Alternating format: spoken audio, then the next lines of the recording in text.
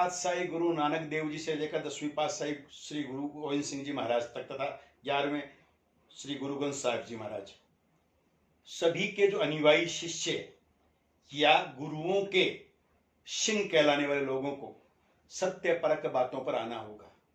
हमारा इतिहास, हमारी जड़ें, हमारा मूल कुछ तथ्यों, तर्क और प्रमाणों के साथ जुड़ा हुआ रहता है। उन तथ्यों, तर्क और प्रमाणों को दरकिनार एक तरफ करके हम एक नया स्वरूप पेश नहीं कर सकते, क्योंकि जब तक जड़ों से जुड़ा हुआ कोई व्यक्ति होता है, जड़ों से जुड़ा हुआ कोई पेड़ होता है, तभी तक टहनियां रह पाती है, पत्ते रह पाते हैं, फल लग पाते हैं।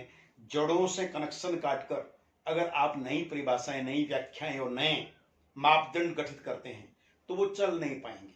सत्य सदा विजय होता है, सत्य सदैव एक होता है।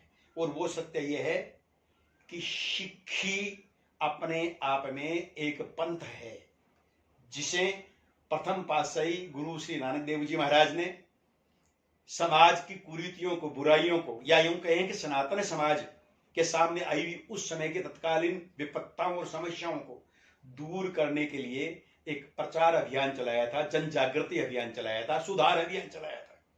और उस सुधार अभियान को आगे गुरु तेग बहादुर जी महाराज, 9वीं पातशाही हिंद चादर, जिनका वंदन करते ही हमारे रोंगटे खड़े हो जाते हैं, स्नेह, प्रेम, समर्पण, त्याग, बलिदान की विश्व में कोई उनकी कोई मिसाल नहीं है, दूसरा कोई उदाहरण नहीं है।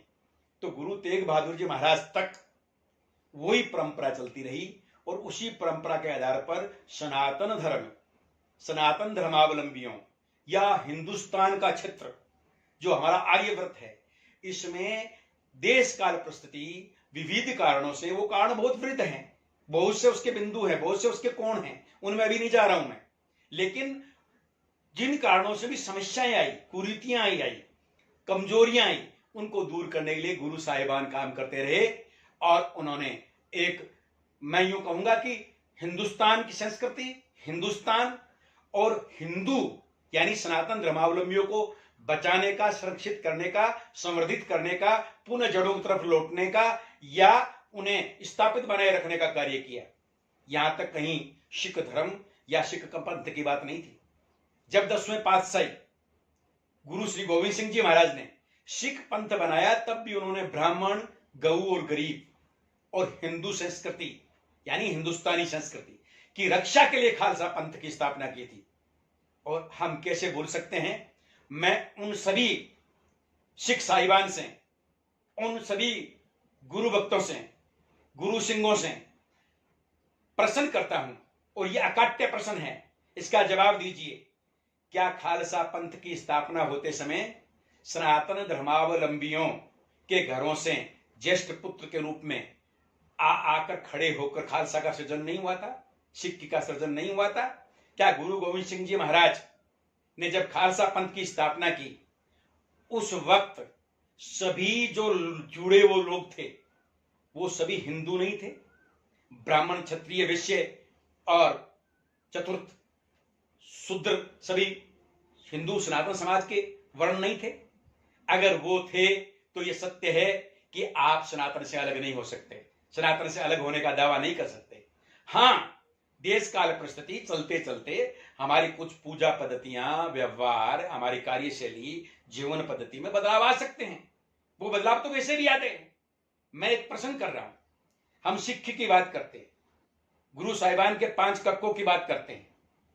आज उन 5 कक्कों पर कितने सिख चल रहे हैं? उन 5 कक्कों, कृपान को हथियार के रूप में, औजार के रूप में सिद्ध करने के लिए हम ले लेते हैं। लेकिन कल जैसे नंगी तलवारें पटियाला में घूम रही थी। लेकिन ये क्यों भूल जाते हैं कि देश काल परिस्थिति, जैसा मैंने बताया कि चीजें बदलती रहती है। कनाडा में रहने वाले, अमेरिका में रहने वाले हमारे सिख पंथ के अनेक नहीं, सैकड़ों नहीं, हजारों नहीं, लाखों लोग जो हैं वो केस रखना बंद कर चुके हैं। अन्य भी 5 कक्कों में से कई कक्के त्याग चुके हैं। वेशभूषा, पहनावा, देश काल परिस्थिति वो त्याग चुके हैं। ऐसे में क्या कहेंगे आप?